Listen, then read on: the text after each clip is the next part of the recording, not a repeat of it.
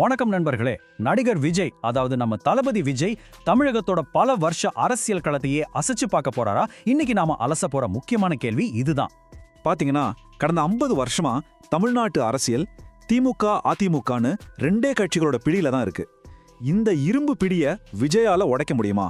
இதுதான் இப்போ எல்லார் மனசுலயும் ஓடிட்டு இருக்கிற கேள்வி. இப்போ இருக்கிற அரசியல் சூழலை இங்க பாருங்க. திமுக அதிமுக கூட்டணிகள் பெரிய சக்திகளா நிக்குது. ஆனா இதுக்கு நடுவுல இதோ பாருங்க, புதுசா ஒரு சக்தி உள்ள வருது. அதுதான் விஜயோட தமிழக வெற்றி கழகம். இது ஒரு புது ஆட்டத்தோட தொடக்கமா? ஆரம்பத்துல வர்ற கணிப்புகள் என்ன சொல்லுதுன்னா, விஜயோட கட்சிக்கு மட்டுமே கிட்டத்தட்ட 12% வாக்குகள் கிடைக்க வாய்ப்பு இருக்காம். இது சும்மா சாதாரண நம்பர் இல்லைங்க, தேர்தல் முடிவுகளையே தலைகீழா புரட்டி போடக்கூடிய ஒரு சக்தி.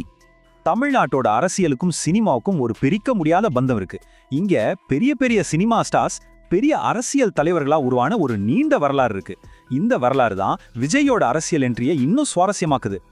விஜயோட அரசியல் எதிர்காலத்தை கணிக்கணும்னா அவருக்கு முன்னாடி இந்த பாதையில நடந்தவங்களோட வெற்றி தோல்விகளை நாம கண்டிப்பா பார்க்கணும்.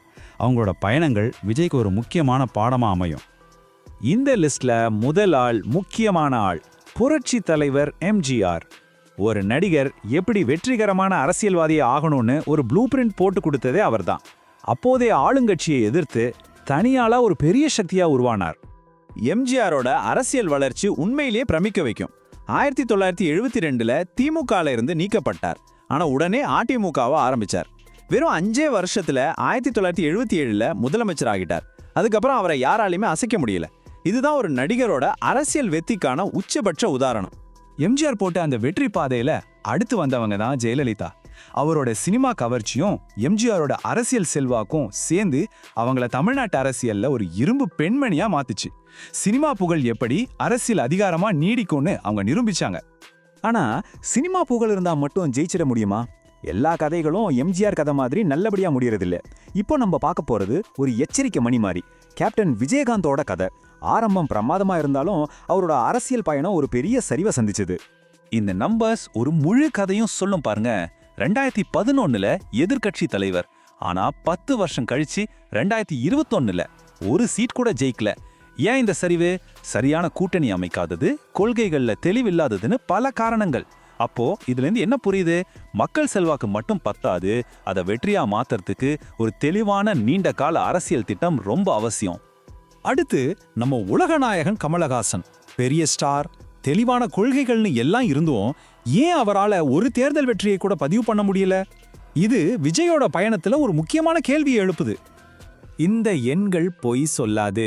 2019 லோக்சபா எலெக்ஷனா இருக்கட்டும், 2021 சட்டமன்ற தேர்தலா இருக்கட்டும், ரெண்டுலயுமே கமலஹாசனோட மக்கள் நீதி மையம் ஒரு சீட்டு கூட ஜெயிக்கல. புகழ் மட்டுமே ஓட்டு வாங்கி தராதுங்கிறதுக்கு இது ஒரு நேரடி உதாரணம். வெற்றி தோல்வி இதுக்கெல்லாம் அப்பாற்பட்டு அரசியலுக்கே வராம ஒரு பெரிய தாக்கத்தை ஏற்படுத்தின ஒருத்தரும் இருக்கார். அவர்தான் சூப்பர் ஸ்டார் ரஜினிகாந்த். பல வருஷமா ஒரு எதிர்பார்ப்பு, ஆன்மீக அரசியல்னு ஒரு அறிவிப்பு. ஆனா கடைசி நேரத்துல அரசியலுக்கே வரல. அவரோட அரசியல் பிரவேசம் ஒரு புயலை கிளப்பி ஓஞ்ச மாதிரி ஆகிடுச்சு. சரி, இப்போ மறுபடியும் விஜய் கிட்ட வருவோம். இந்த கடந்த கால பாடங்களிலிருந்து கத்துக்கிட்டு அவர் எப்படி இந்த அரசியல் ஆட்டத்தை கொஞ்சம் வித்தியாசமா விளையாடுறாருன்னு பார்க்கலாம். விஜயோட ஸ்ட்ராட்டஜில ஒரு ஸ்மார்ட் மூவ் இருக்கு.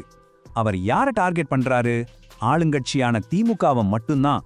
அவரோட எல்லா விமர்சனமும் திமுக மேலதான். ஆனா எதிர்கட்சியான அதிமுகவை பத்தி ஒரு வார்த்தை கூட பேச மாட்டேங்கிறாரு. ஏன்னு தெரியுதா?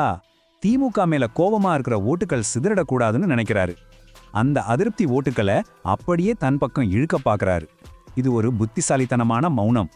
அவரோட வாக்குறுதிகளை பார்த்தாலே தெரியும் அவர் யாரை குறிவைக்கிறார்னு. இளைஞர்கள் தான் அவரோட மெயின் டார்கெட். பேங்க் கேரண்டி இல்லாத கல்வி கடன், தொழில் தொடங்க கடன், வேலையில்லாத பட்டதாரிகளுக்கு மாசம் உதவித்தொகைன்னு எல்லாமே நேரடியா இளைஞர்களை கவரும் வகையில இருக்கு. ஆக இவ்வளவு வியூகங்கள், வரலாற்று பின்னணி எல்லாத்தையும் வச்சு பார்க்கும்போது முக்கியமான கேள்வி என்னன்னா, இந்த தேர்தலோட முடிவு என்னவா இருக்கும்? விஜய் கிங் ஆவாரா இல்ல கிங் மேக்கர் ஆவாரா? பெரும்பாலான அரசியல் ஆய்வாளர்களோட கணிப்பு இதுதான். விஜய் நேரடியா ஜெயிச்சு முதலமைச்சர் ஆகிறது கொஞ்சம் கஷ்டம். ஆனா அவர் ஒரு பெரிய வேலையை செய்வாரு. அதாவது எந்த ஒரு கட்சிக்கும் மெஜாரிட்டி கிடைக்காம தடுத்து நிறுத்துற ஒரு சக்தியா அவர் உருவெடுப்பார். இது ஒரு தொங்கு சட்டமன்றத்துக்கு வழிவகுக்கலாம். இந்த லைன் தான் நிலைமைய தெளிவா விளக்குது. ஒருவேளை விஜய் ராஜா ஆகலன்னாலும் அடுத்த ராஜாவை தீர்மானிக்கிற சக்தியா, அதாவது கிங் மேக்கரா மாறத்துக்கு வாய்ப்புகள் ரொம்பவே அதிகம். தொங்கு சட்டமன்றம் வந்தா அதோட ஒரே ரிசல்ட் கூட்டணி ஆட்சி தான்.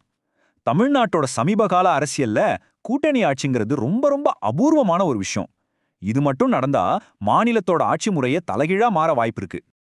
அப்போ விஜயோட அரசியல் என்ட்ரி ஒரு தற்காலிகமான பரபரப்பு மட்டும் தானா, இல்ல தமிழ்நாடோட எதிர்கால அரசியலே இது மாத்தி எழுதப் போகுதா? இந்த கேள்விக்கான பதில் காலத்தோட கையில தான் இருக்கு.